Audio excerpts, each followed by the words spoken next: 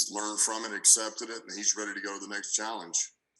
And then I got one more for you. I was listening to Pete Carroll's press conference yesterday, and he was under the impression that you guys jumped offside on purpose on that 4th and 1 to set up the fake punt. Is there any truth to that? No. Oh, you've got him guessing, Dan. I'm just saying. Thank you. Yep. Dave, reverse psychology there. One other thing on Jared, he was playing his best football of the season probably before he got hurt. So just, I don't know, can you provide some insight just mentally what this has been like for him to have to sit down, first with COVID when, obviously the knee too, but, to miss that week with COVID and now not be able to play or potentially not be able to play this week, even though he was sort of trending in the right direction. Yeah, just for Goff and the frustration. Yeah. What you mean, Dave? Yeah, he's. I think you put it into words pretty good. He's frustrated. He wants to go. And but he also knows he'll know when he's ready. We'll know when he's ready. But yeah, he was trending the right way, and then when these things pop up, shoot, man, you want to get back out there. So he is frustrated. And then, Russell Wilson, I guess, who knows, but this could be his last game as a Seahawk. Obviously everyone knows that talk's been out there. You were around Drew last year for his last, home game, different, scenario, I guess. And we saw it here with Matthew Stafford and what I think, he probably knew was his last home game. What do you tell your players about that dynamic, and what do you think it means to the game? Just, a guy who's played that long, had that much success in one place, potentially playing his last, home game. Yeah, honestly, I don't even speak of it, to be honest with you, Dave, because, the fact of the matter is, whether it's his last game or it's a normal game, he's dangerous. So I don't think that has any bearing on it. The crowd will be loud, they'll be into it. And this player is good no matter what the scenario is. He's dangerous. Fair enough. Thank you, Dan. Happy New Year. Okay, you too. Eric, what's up, Dan? How you doing, man? Good. We talked to Swift earlier this week, and he talked about just this week and getting back in the flow of everything, and he talked about his love for football and that development. I know you addressed it earlier this week, but after seeing him a couple of times this week, practicing, your thoughts on Swift? How is he looking? He's still on track to play. It's like, talk about Swift and just him getting back in the flow and everything. Yeah, he looks good.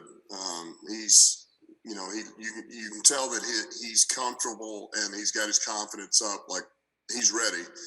We were still getting him back in the flow last week. Do we think he'll be ready? What is his shoulder? But like this week, you can see it, you can feel it. And he's looked great all week. He looks fresh is what he looks like, which is awesome. So sometimes I think you forget until you're where we're at in week 17. And when you see an athlete like Swift that's fresh, it's a sight for sore eyes. So he's ready to go. I know he's been wanting to go for a long time. And so he loves the game. He's competitive. It'd be good to get him back. Chris? Hey, Dan, Happy New Year. Yep. So you got Josh Reynolds, and now Leaf's on the COVID list as well. Obviously, we know Amon-Ra has been a big part of that passing attack, but what are the plans at wide receiver if you're down those two guys? Who do you expect to step in? It's a good question. Tell me. The hits keep on rolling. Yeah, we're planning on getting Josh back tomorrow. We'll see how he feels, but we can get him back technically tomorrow as long as he's asymptomatic. I think he's trending the right way. So, we're looking for him. We got Trinity Benson, who's back off COVID, so he'll be ready to go. And then the normal, you got Tom Kennedy, you got Amon-Ra, you got I guess that's it, right? It's those guys. What? Hodge? Yeah, Hodge. You got Hodge, excuse me. So we'll have the numbers. We got our new 2 tight ends, and we've got our halfbacks, and we got an offensive line. So we'll make do. All right. I know we've asked you a lot about just sort of your process as a play caller since taking that over, but does anything change for you when you have Tim in there as opposed to when you have Jared in there, just in terms of how you're planning things out or the types of stuff you want to be calling? How much does it shift from one guy to the other? Yeah, honestly, I don't feel like, for the most part, I felt like I called the game like it was golf last week. Now you'll get a feel of how he's playing and where we're going with the game, but I didn't, I felt like, hey man, I'm calling this as if everything's open. I think the only thing that would make me call the game different is depending on the weather, which it sounds like we're going to get some weather out there, and you got to go a certain way.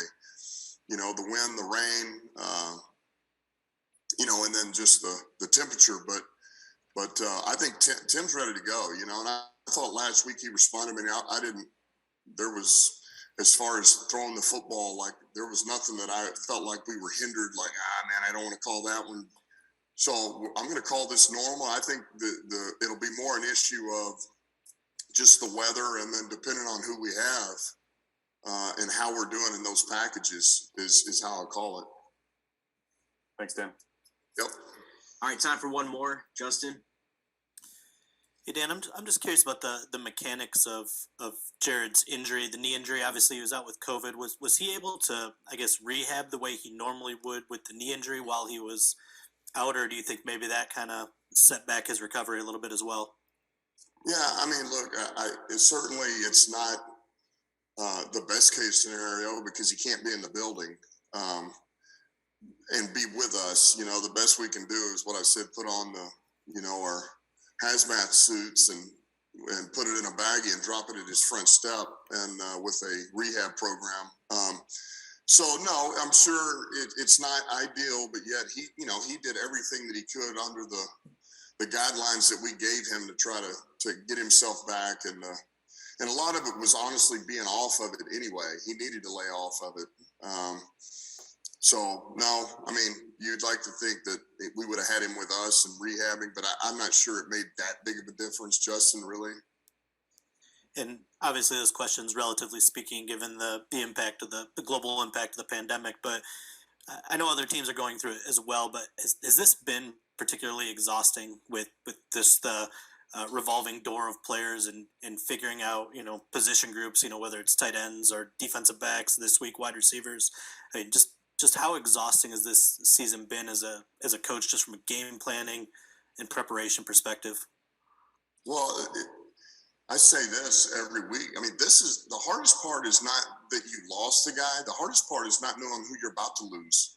Like, we have no idea. Like, I was crossing my fingers this morning, but even tomorrow morning, I mean, I'm crossing my fingers, and because you don't know who you're going to have. I mean, that's the thing. It's like your game planning. Let's get the next guy ready, no problem. But now the next guy may be the one who's out. You just and the fact that just you get pressed against time to prepare those players. So yeah, I mean, it can get frustrating, but it's part of who we are and part of the game right now, I guess, if you will. And everybody's having to deal with it. So there again, you just do the best you can with it and move on, and you work with what you got. And then the last thing for me, Tim's got a little bit more mobility maybe than the other quarterbacks in your room. You didn't utilize that at all in Atlanta, and I'm just curious, maybe why, and is that something that maybe you like to incorporate a little bit more? Is just his ability to maybe get outside the pocket or even run with it a little bit? Yeah, I mean, Tim, the clock in his head goes off really fast, and that's a good thing. Like he is on rhythm, and at times he's a little too fast, but you'd rather have him too fast than too slow. So he's always, man, I'm ready to pull the trigger. And if at some point he feels like he's gone through every one of his progressions, then he'll look to run. But normally he's just, man, I'm going to get this ball out. I'm on my one progression, two, the ball's out. And so, that's not the first thing he's thinking. So I think just with the more he plays, the more that'll come as to, all right, this is a time to run it and use my legs here a little bit. Thanks, Dan. Happy New Year. Yep, you too. All right, thanks, Coach. Okay, thank y'all. Guys, we'll have Deuce around 11:50.